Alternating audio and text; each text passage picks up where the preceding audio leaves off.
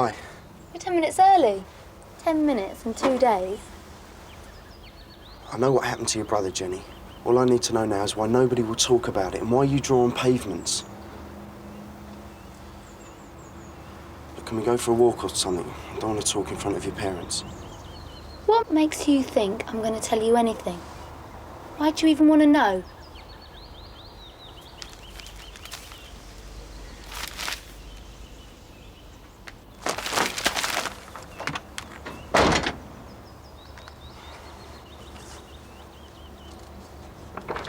Don't move. I'm getting my coat. I don't believe it. I mean, I've been doing this astrology column for 6 months and no one even bothers telling me the purple isn't a star sign. Colin, it's for you. Any word from Kenny? Yeah, 2. Second one was off. Terrific. Sarah? Henry, I haven't spoken to you since we set up that deal for the 14 second-hand brand. Well, it must have been a very heavy baby. Danny, how many F's in photograph? Well, hey, come on, what do you want me to do about it? Please, Sarah. No, I can't. Henry, what use would I be to you dead? Kenny's been gone 2 days. I need an assistant editor. You see that pile of work heaped over there? Somewhere under it is my desk. I wouldn't ask if it wasn't an emergency. Look, I've got 3 stories to do for the next edition, 2 cinema reviews, and so much homework I will not get to bed between school days. You don't know what you're doing to me, Jackson. Yes, I was going to deliver the brakes. What did she leave it on a hill for anyway? Spike, Kenny's gone and I need a new assistant editor. Yeah? Could you stand until I find one? Hey, I'm gonna be assistant editor. Acting assistant editor. Temporary. Is that better? It is for me. Come on. Now she makes me temporary acting assistant editor? Is that a come on or what? Spike, you weren't exactly my first choice. I asked everyone I liked first. Well, that's encouraging. Out of everyone you don't like, at least I'm your favorite. Another little disagreement, children? Yes. No. It's a good answer. Right. You use Kenny's desk. These 3 drawers are mine, the bottom 3 are yours. Gotcha, boss. And try and remember that although we use separate in trays, we always use the same out tray. Hey, does that mean we're engaged? Spike, do you know what's going to happen if you keep cracking jokes? What? You'll say something funny. So cruel. She's so cruel. I get worse. Right. Kenny's notes on the High Point story. Get them in order, trim them down, and give them to the first one on the writing team who's free. Except Tom, because he's an idiot. But they're only half finished. I mean, it's all mystery, no answers. So, if you've got no answers, you make the questions bigger. 2 years ago, Michael Eliot falls from the very top of High Point Tower block. It's called an accident. But how can anyone accidentally fall over a 10-foot barrier? And if it was suicide, then why didn't he take the easier ride out of the open window a floor below? Did he climb another staircase just to make it harder on himself? What about his sister? The best bit. Every month since her brother's death, Jenny Eliot comes to High Point and draws the outline of his body on the spot where he fell, one arm pointing at a row of shops. Why does she do it? What does she know? Do I include a bit about our ex-assistant editor? You know, figuring out what happened and then not telling us. And then walking out on the newspaper because he's gone nuts for Jenny Eliot and doesn't want to turn her into a newspaper story on a first date. Spike. I was only asking. Did you hear about Kenny? I don't want to hear that name unless it's attached to an insult. I saw him going to the station after school. 4:20. So? The next train's the 4:30. So? First stop Macton, then Jenny Eliot. Look, we're going kind of fast, aren't we? Yeah, I'll say. I can remember when you just were a sweet guy who took the wrong school bag. Yeah, you didn't even believe that at the time. I also wouldn't have believed you were only interested in me for my dead brother. Listen, if that's what you're into, I can set you up with a girl with 2 bereavements, sort of a double date. Look, can we talk now? Have you got anything else smart you'd like to say? You talk, I'll listen. You tell me how you know what happened to Michael. What, you mean I shouldn't know? Are you kidding? Look, my dad's a rich man. He's got all the right friends. He's had that story killed in every newspaper that so much glanced at it.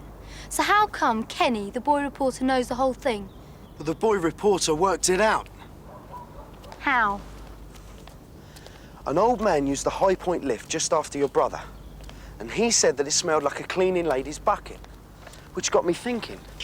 Suppose your brother was sniffing solvents in the lift. I mean, that'd explain the smell. Suppose he just went up to the top of the building for a bit of peace and passing out. Suppose it was so hot Jenny, I've heard of it happening. Kids are so high on glue they think they can fly. Look, my guess is he just went up on one of the barriers and he just took off. The ground must have come as a bit of a surprise. Go home. What? Go home, Kenny, now. I don't understand you, Eliot. Yeah, I know. You spent 2 years drawing your brother's body on the pavement right where he fell. You spend 2 years trying to be noticed, and when somebody does, what do? Yeah, you're right. I want it to be noticed. But the trouble is, boy reporter, you noticed the wrong thing.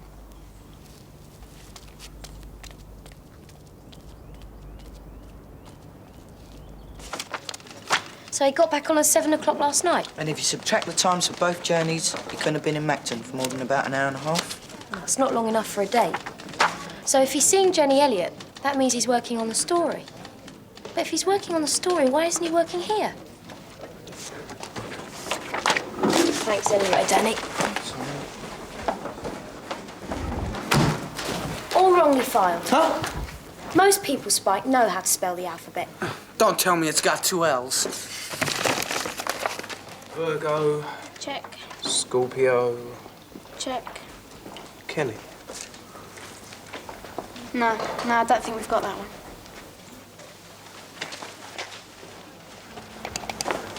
Hi, Billy.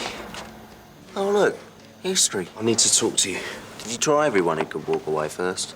Look, listen, you know that business I was telling you about? You know, the High Point Flats and Jenny Eliot? I remember you fancied one of them. Look, I told you I felt like a rat for lying to Jenny, and I got the feeling you thought I was a rat too. Whatever gave you that idea? Roll up your tail and sit down. And why's Jeff on the school story instead of Sally? Sally had to go home. Had to what? Spike, we've got rules about people ducking work. Yeah, I know. Only 4 grandparent funerals per person. She was sick. I had to let her go. Did you use the thermometer? You didn't tell me I was allowed to do physicals. Spike, I've got to have proof. So I'm told. Is it true you made a guy bring home his tonsils from the hospital? Linda.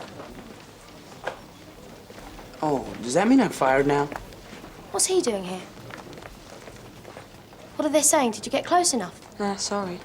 Spike, have we got anyone who can lip read? No. Then why not? What?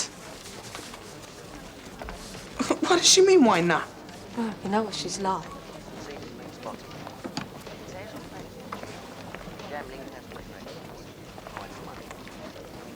Colin, what are you doing? If a man comes looking for me with a pram wheel, can you just tell him I've moved to Canada?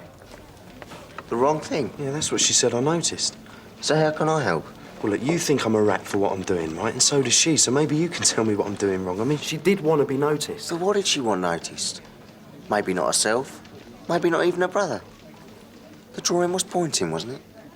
Yeah, at the shop. Where he bought the solvents? Could be. It's illegal to sell that stuff to the underage, do you know? So the shopkeeper sold it to Jenny's brother and made a profit out of killing him. So the dead finger points at the murderer. Billy, you're a genius. What little of me works is solid gold. Well, I better get out to the shop then, talk to the guy. Well, before you do, got a photograph of Jenny? Yeah, Danny took some pictures. I'll settle for the one you've got on you. Now that is seriously female. She'd have any guy stockpiling the zit cream. Yeah, she's nice, isn't she? Christine Adams. What? Girl in my class at school, when I still had a few working parts. So good to look at. She could wear your eyes out. Is this a reader's true romance? Yeah, I love them photo stories. My sister keeps forgetting to buy them. She kept looking at me. You know, like she maybe... Fancied you?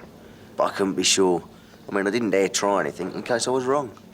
So I had this little idea.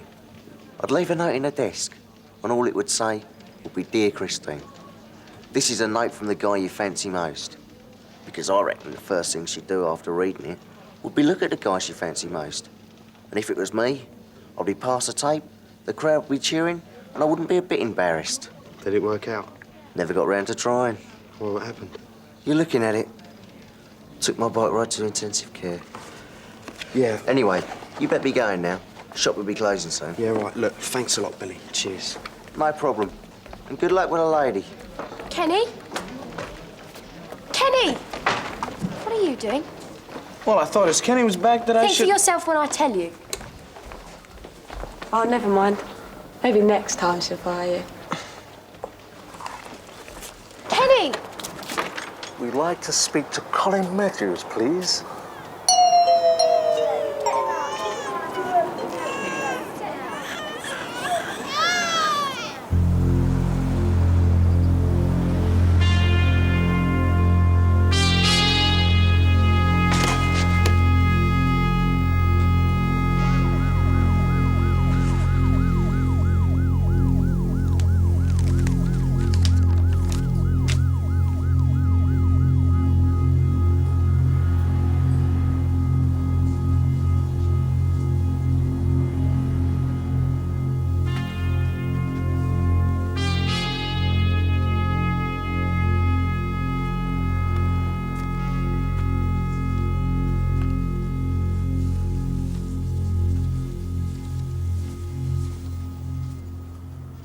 Excuse me.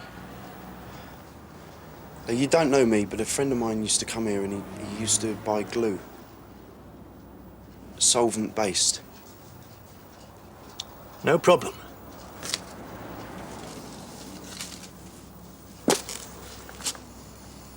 £2.50.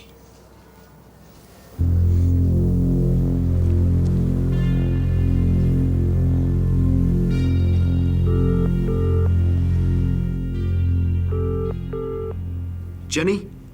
Oh, sorry, Mrs. Eliot. You really sound like your daughter. Is she there, please? It's Kenny Phillips. Oh, is that what she said about me? Yeah, I can understand that. And that. Yeah, and that too.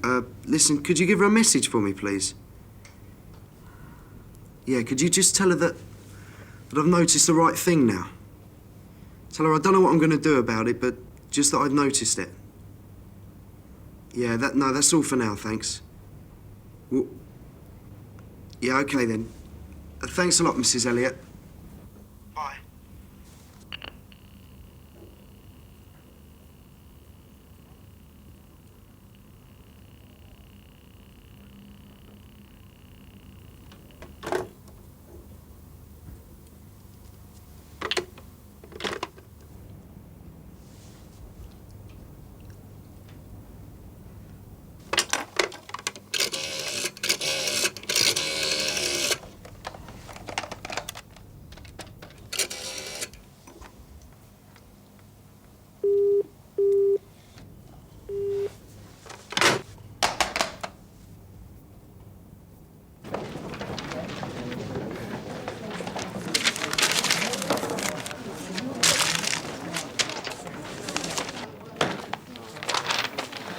Hi, folks. Your old friend, Spike Thompson, welcoming you once again to the Miss Dreadful Human Being contest. And our first contestant is Linda, Heart of Teflon Day. Spike, tell Dennis we're cutting the giraffes and tell Colin I can add up and not to try it on again. And move a little faster, Spike. We could end up going monthly. You know, I used to have quite a tough reputation in this town. I once got attacked by 5 other guys, and nobody would believe that they started it. You've been telling that story since there were only 2 other guys.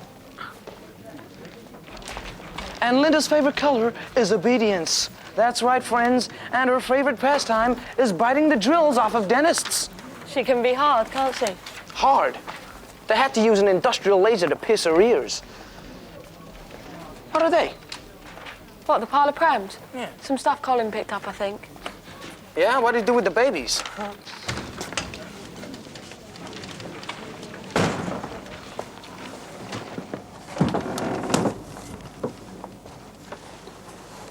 High point jump juice. 1 whiff of that and you fly straight to the ground. Let me guess. He was high enough to think he didn't need anything under him. He was right for the first 10 floors. It's a good story. Good enough to walk out over. It's a great story. It's a wonderful story, but forget it, because I've got something better. Getting away with murder. How many times have I told you about thinking for yourself? Yeah, well, I don't believe it gives you cancer. OK, talk. OK, everyone, listening time. As of now, every story for the next edition is cancelled. We've got something big to do. Probably the biggest thing we'll ever do. And your cooperation is more than appreciated. It's compulsory. Someone get Colin out from under those prams.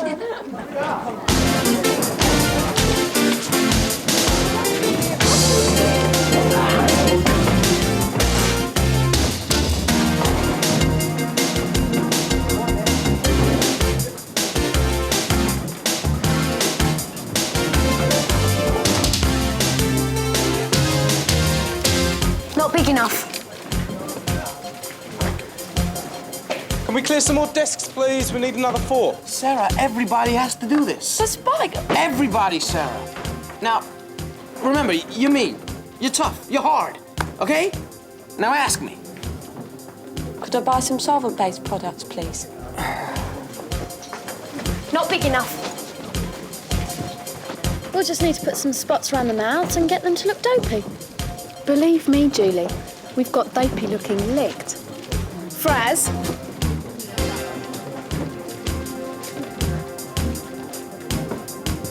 You're tough.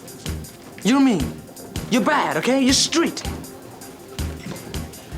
You're the kind of person who's rude to open. You know?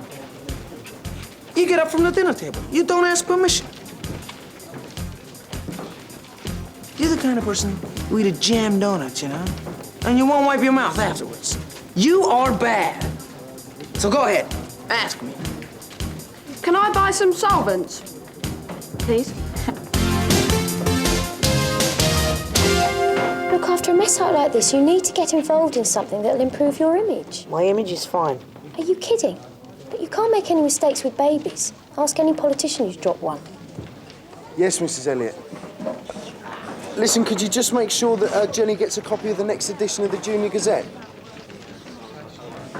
Thanks very much.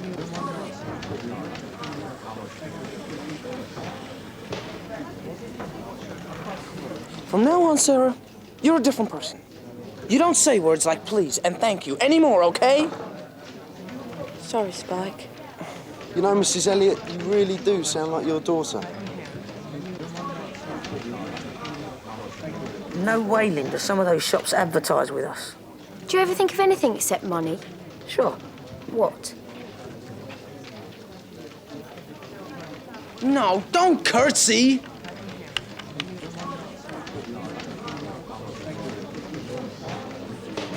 Well?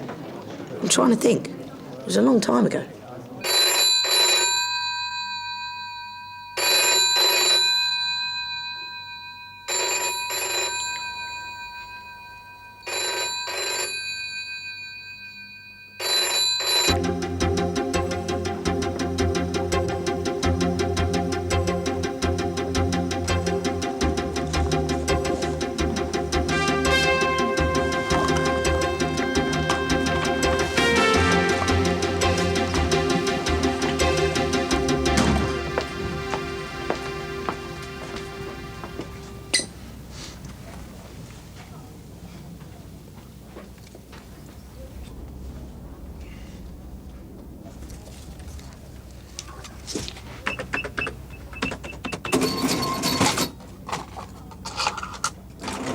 Yo, Danny.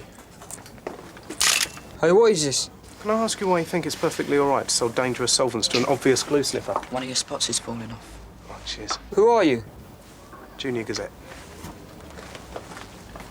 Maxwell's Mini Market. And when you go down the high street, okay, cut through the shopping center on up Baker Street, and there's Jefferson's news agents down there. And when you go down, check out the situation there, okay? Go, guys. Okay?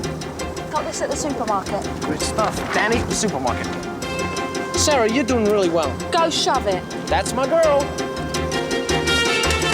Lisa just phoned in. No hits at Dover Road, and they're moving on to Weston Street. Should meet Spike's team about halfway down. Roger's team are moving pretty slow. They'll never make it to Benton Ford. We'll scare them on the next phone, and we've got to cover all the shops. Got these in Charlotte Street. Where do you want me to put them? Number 8. Maybe Lisa's team could help them out. They're only 2 streets away. Terrific. I'll be right over to collect the money then, Mr. Graham. And thank you, thank you. It's beautiful. It's so beautiful. Now, why do I know he's talking about money? Kenny, we're off out again, Lincoln Street. OK, well, you give us a call when you get there. There's a phone box on the corner. OK. I'm phoning these guys, right? The ones that don't know they've been hit. And I'm saying, hey, we're doing a big feature on your shop, which is true. So why don't you take out a big advert just to beef up the impact? And they're saying, hey, great idea. Then I'm charging them twice the normal rate because of the size of the spread they're getting. It's beautiful. They're paying us to expose them. Colin, you are remembering it was our idea. Hey, guys, I'd never have thought it up without you. Do you think we should tell him we're giving all the money to the hospital? Don't be cruel. Linda, what do you think? There you go, Linda. Biggest front page we've ever done.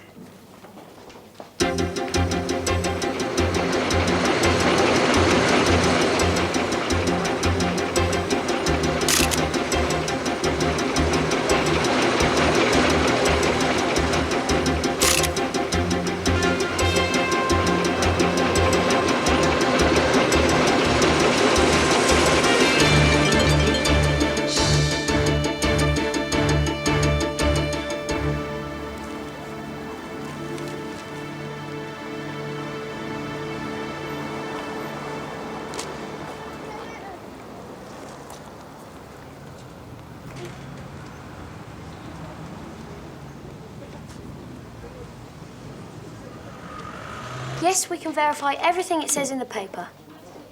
And we will do if we're asked. Well, thank you. Thank you very much. You're too kind. Please call again. That's the 4th death threat today. Hey, Kenny, how'd it go at the police station? Well, Inspector Hawkins says he can't approve of what we're doing. And congratulations. Is he following it up? Of course not. He'll get back to us when he has. Great. Oh, Kerr says it's the best edition we've ever produced and he wants to speak to you personally. Yeah? Yeah. He wants to shake the hand of the person responsible. This is the big story, Kenny. We'll be weeks just clearing up after it. So well done and welcome back. Oh, Kenny. Yeah? Never mind.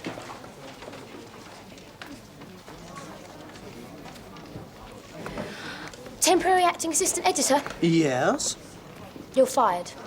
Thanks, boss. You won't regret this. I'm touched. No other guy ever tried to close down a business for me. Well, if you can't put a few people out of work for a friend. Happy endings are so predictable. Me, I like the unexpected. Princess kisses frog and it's a girl. Could happen. Yeah, sure as frogs are princes. Some of them turn out to be not too bad. Should we go for a walk? Let's. Easy for you guys to say. Don't let the wheelchair fool you, kid. I'm just leaving my body to science. In stages. This story's getting a ton of reaction. I'm really glad you decided to come in and help. I'm glad you've told me that's what I've decided. Well, I'm sorry you feel that way, but quite frankly, I think selling solvents to children is a lot more irresponsible than anything we printed. It's mad, really, but I almost feel guilty. Some of these people could lose their living. These people aren't making a living, Jenny. They're making a killing.